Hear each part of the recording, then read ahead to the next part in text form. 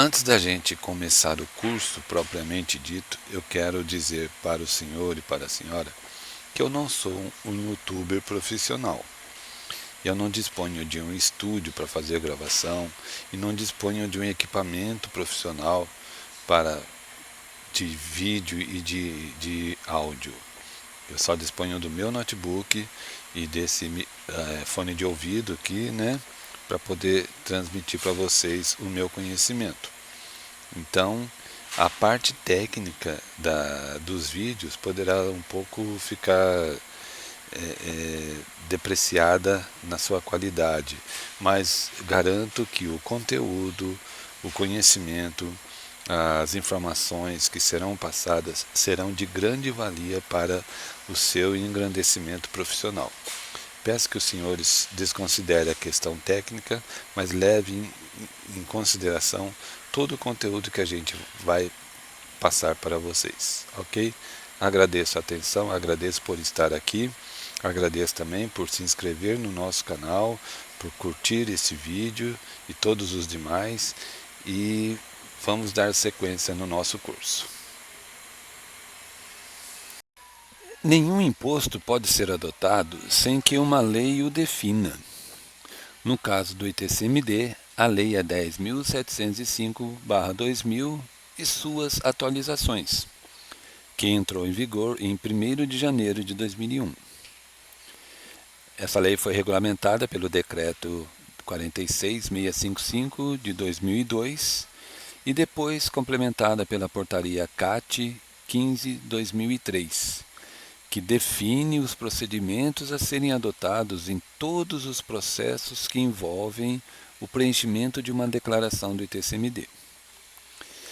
Nessa aula, nós não vamos nos aprofundarmos no estudo da legislação, apenas vamos considerar os tópicos e artigos mais relevantes.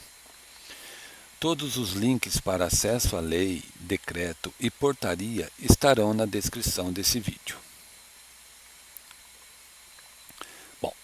Todo imposto tem o seu valor definido pela sua base de cálculo, que, no caso do ITCMD, será o valor venal do bem transmitido ou doado, conforme o artigo 9º da Lei 10.705. A alíquota do imposto, em todos os casos, será sempre de 4%, conforme o artigo 16 da mesma lei. O fato gerador do imposto, nos casos de inventário judicial ou extrajudicial e arrolamento, é o óbito. E nos casos de doação judicial ou extrajudicial, é a data da efetiva doação. O responsável pelo imposto será sempre o beneficiário da herança ou o donatário. Em casos específicos, outra pessoa definida na legislação vigente, conforme o artigo 11 do Decreto 46.655 de 2002. A legislação do ITCMD também leva em consideração questões que dão direito à isenção do imposto, conforme o artigo 6º, porém com certas condicionantes, que durante o processo de preenchimento da declaração devem ser cuidadosamente considerados. Essa questão será abordada numa aula específica, quando demonstraremos detalhes importantes no preenchimento da declaração para que, em havendo direito, ele seja respeitado. Não há necessidade do responsável pelo preenchimento da declaração do ITCMD conhecer profundamente a legislação, pois todo ele segue os artigos da lei no que se referem aos critérios de isenção, definição dos responsáveis pelo imposto, entre outros.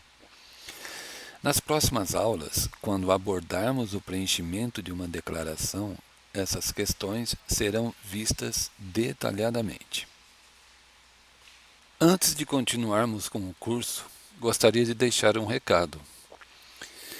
Esse é um trabalho essencialmente voluntário. Nossa intenção é proporcionar ao senhor ou à senhora um conhecimento sobre a forma correta de se preencher uma declaração do ITCMD, tornando-a mais simples, mais eficiente e objetiva, evitando ou minimizando as possibilidades de enganos no seu preenchimento, o que pode causar, na maioria das vezes, atrasos na sua análise ou retrabalhos desnecessários. Nós temos vários anos de conhecimento e experiência dos sistemas e recursos empregados para o correto preenchimento da declaração do ITCMD e tudo o que lhe diz respeito. Queremos também pedir-lhe para que se inscreva no nosso canal, caso ainda não seja inscrito ou inscrita, clicando no botão abaixo. Também que o senhor ou a senhora curta esse vídeo e compartilhe com seus amigos e colegas de profissão. Isso permite ao YouTube tornar esse vídeo relevante e assim ele pode ser conhecido e oferecido para mais pessoas. Queremos pedir que o senhor ou a senhora considere apoiar o nosso trabalho de forma que nos estimule a continuar produzindo esse material. Para tanto, disponibilizamos uma chave Pix, onde o senhor ou a senhora poderá colaborar com aquilo que achar justo e conveniente. A chave Pix é o endereço de e-mail curso.itcmd@gmail.com. Repetindo, curso.itcmd@gmail.com. Agradecemos a sua participação e a sua colaboração. Bom curso! Vamos dar início ao nosso curso do ITCMD a partir da legislação do imposto, que é referente à Lei 10.705, e também da sua Portaria CAT 15/2003. O capítulo 2 refere-se das isenções do ITCMD. E o artigo 6º diz o seguinte: fica isenta do imposto, tá? Então, no inciso 1, a transmissão causa mortes. A linha A, de imóvel de residência urbano ou rural cujo valor não ultrapassar 5.000 UFESPs e os familiares beneficiados nele residam e não tenham outro imóvel. Então, o que diz aqui? Que, primeiro, o imóvel, sendo o objeto da transmissão, tem que ser a residência do beneficiado, certo? Ele não pode ultrapassar as 5.000 UFESPs na data do óbito e esses beneficiados não tenham outro imóvel no seu nome. Agora, a linha B. De imóvel cujo valor não ultrapassar 2.500 UFESPs, desde que seja o único transmitido. Então, se no inventário tiver um único imóvel sendo transmitido até 2.500 UFESPs na data do óbito, esse imóvel vai estar isento do ITCMD, independente se as pessoas nele residam ou não. Tá? A linha C nós não vamos levar em consideração porque não é relevante, tá? A linha D, de depósitos bancários e aplicações financeiras cujo valor total não ultrapassar 1.000 UFESPs. Então, se a pessoa tinha um depósito lá e ele não ultrapassa 1.000 UFESPs na data do óbito, então ele estaria isento, certo? Agora, o item 2, a transmissão por doação. A linha A, cujo valor não ultrapassar 2.500 UFESPs. Então, toda doação até 2.500 UFESPs vai estar isenta do ITCMD. Agora, o capítulo 4, que trata da base de cálculo do ITCMD. O artigo 9º. A base de cálculo do imposto é o valor venal do bem ou direito transmitido, expresso em moeda nacional ou em UFESP. Sempre vamos considerar aqui o critério de moeda nacional, certo? Parágrafo 1º. Para os fins de que trata esta lei, considera-se valor venal o valor de mercado do bem ou direito na data da abertura da sucessão ou da realização do ato ou contrato de doação. Então, o valor do bem será sempre considerado o valor de mercado. Um apartamento que esteja sendo transmitido, o valor daquele apartamento, o valor de mercado dele, certo? Esse seria o principal. Ou então, o valor do contrato de doação sendo realizado na data daquela doação. Vamos pular direto para o parágrafo 3º. Na hipótese de sucessivas doações entre os mesmos doador e donatário, serão consideradas todas as transmissões realizadas a esse título, dentro de cada ano civil, devendo o imposto ser recalculado a cada nova doação, adicionando-se à base de cálculo os valores dos bens anteriormente transmitidos e deduzindo-se os valores dos impostos já recolhidos. Isso quer dizer o quê? Vamos fazer um exemplo aqui. Vamos dar um exemplo. Um pai doa para um filho uma mesada de 10 mil reais. Todo mês o pai vai lá, doa para o filho 10 mil reais. Então no mês de janeiro ele doou 10 mil. Esses 10 mil estará isento do imposto do ITCMD, porque não atinge o limite de isenção de 2.500 UFESPs. Aí no mês de fevereiro ele doa mais 10 mil, certo? E assim vai sucessivamente, mês de março, abril, cada mês ele vai doando 10 mil. Vai chegar um mês, provavelmente em setembro, que ele vai doar 10 mil, certo? Então já seria 90 mil. Então, janeiro a setembro, 9 meses, 10 mil por mês, 90 mil. Esses 90 mil provavelmente vão extrapolar o limite de isenção das 2.500 UFESPs. Então, quando atingir um valor superior ao limite das 2.500 UFESPs, o imposto será automaticamente cobrado do donatário. Então, ele passa a pagar o imposto sobre o total da doação recebida do mesmo doador dentro desse ano civil, tá? Então, essa é a questão que está abrangida no parágrafo 3º.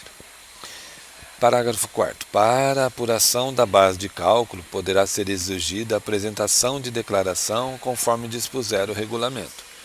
Então, nesse caso aí, como é que a gente vai apurar essa questão? Pode ser exigida uma declaração de imposto de renda para apurar se esses valores foram realmente doados, quem doou e para quem foi o benefício, né? Foi a doação, doador e donatário.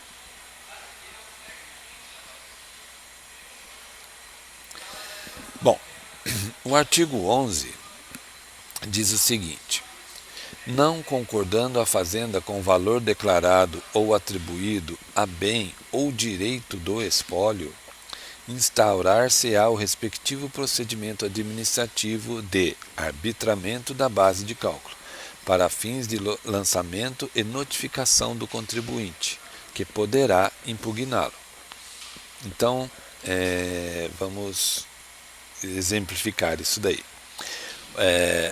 Uma pessoa tem lá um apartamento localizado numa região privilegiada da cidade, certo? E aí ele faz uma declaração de TCMD e coloca lá um apartamento custando lá um valor atribuído de 200 mil reais. Então a Secretaria da Fazenda ela pode considerar que esse apartamento não vale só 200 mil, ele poderia estar valendo 600, 800 mil reais, já que é um apartamento de certas situações privilegiadas, local de localização privilegiada e tudo. Então a Fazenda pode arbitrar um valor maior para esse apartamento. E aí faz-se a notificação ao contribuinte que teria a possibilidade de impugnar esse lançamento. No caso do imóvel, o valor da base de cálculo não será nunca inferior, em se tratando de bem imóvel urbano ou do direito a ele relativo, ao fixado para o lançamento do IPTU. Tá? Então, como nós vimos lá atrás, qual que é o valor venal do bem? É o valor de mercado. Mas, se eu não conseguir apurar o valor de mercado daquele imóvel, daquele bem, então eu posso, pelo menos, colocar o valor do IPTU do imóvel, certo? Então eu pego lá o lançamento do IPTU do imóvel e lanço como valor daquele bem. Nunca pode ser inferior, tá, ao IPTU, no caso de imóvel urbano. Agora, em se tratando de imóvel rural, ou direito a ele relativo, ao valor total do imóvel declarado pelo contribuinte para o efeito do ITR. Então, o contribuinte tem lá uma propriedade rural, ele é obrigado a declarar o ITR, e no ITR ele declara o valor daquele imóvel rural. Então, obviamente que o valor da propriedade é sempre superior ao valor que está lançado no ITR, mas para fins de lançamento da declaração do ITCMD, pode ser considerado no mínimo o valor lançado no ITR. Capítulo 7 das penalidades. Artigo 21. O descumprimento das obrigações principal e acessórias, instituída pela legislação do ITCMD, fica sujeito às seguintes penalidades. Inciso 1. No inventário e arrolamento que não for requerido dentro do prazo de 60 dias da data da abertura da sucessão, o imposto será calculado com um acréscimo de multa equivalente a 10% do valor do imposto. Se o atraso exceder a 180 dias, a multa será de 20%. Então, o que acontece? Ocorreu o óbito.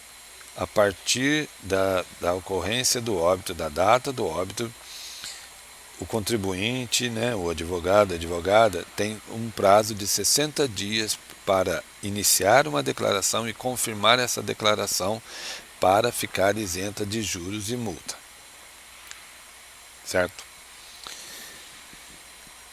Se essa declaração for iniciada a partir de 60 dias até 180, então a multa será cobrada de 10%. É uma multa aí já nata ali na própria declaração de 10%. Após 180 dias, então a multa será equivalente a 20%. Então, isso daí tudo nós vamos ver mais na frente, quando a gente estiver exemplificando uma declaração de inventário, nós vamos colocar esses detalhes. Mas isso quer dizer o quê? Se a pessoa vai fazer uma declaração dentro do prazo de 60 dias, mas obviamente que é muito difícil você obter todos os dados de todos os beneficiários, o número do processo, tudo. Então, você pode simular uma declaração, tá? Fazer uma declaração, vamos dizer assim, fictícia, tá? Colocando, obviamente, dados reais, porém não completos. Por exemplo, são mais ou menos 8 herdeiros, São 8 herdeiros. Mas eu só tenho dados completos de 2. Tudo bem, você lança esses 2 herdeiros, não tenho todos os bens a relacionar, então pega um bem, um carro que está mais fácil e tudo, você já tem o valor da tabela do carro pela tabela FIP, você lança. O importante é você iniciar a declaração dentro do prazo de 60 dias e confirmar essa declaração dentro desse prazo. Dessa forma, você garante a dispensa de juros e multa na cobrança do imposto.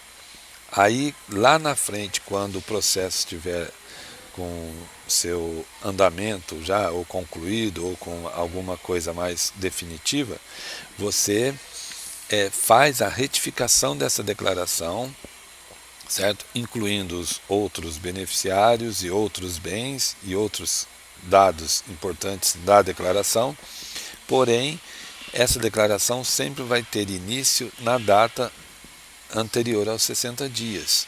Então, dessa mesma forma, você estará se preservando de ter que pagar o imposto com juros e multa. Esse é um detalhe importante que muitas vezes passa despercebido. Então, a gente quer salientar isso para vocês aqui. Ok? Então, importante.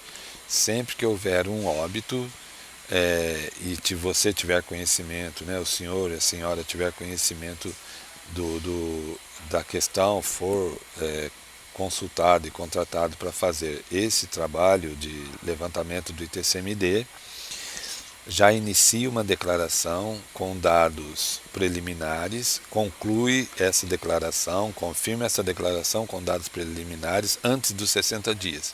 Dessa forma, o sistema não vai cobrar juros e multa. Quando lá na frente você fizer uma retificadora dessa declaração, colocando todos os itens constantes do processo de inventário. Certo?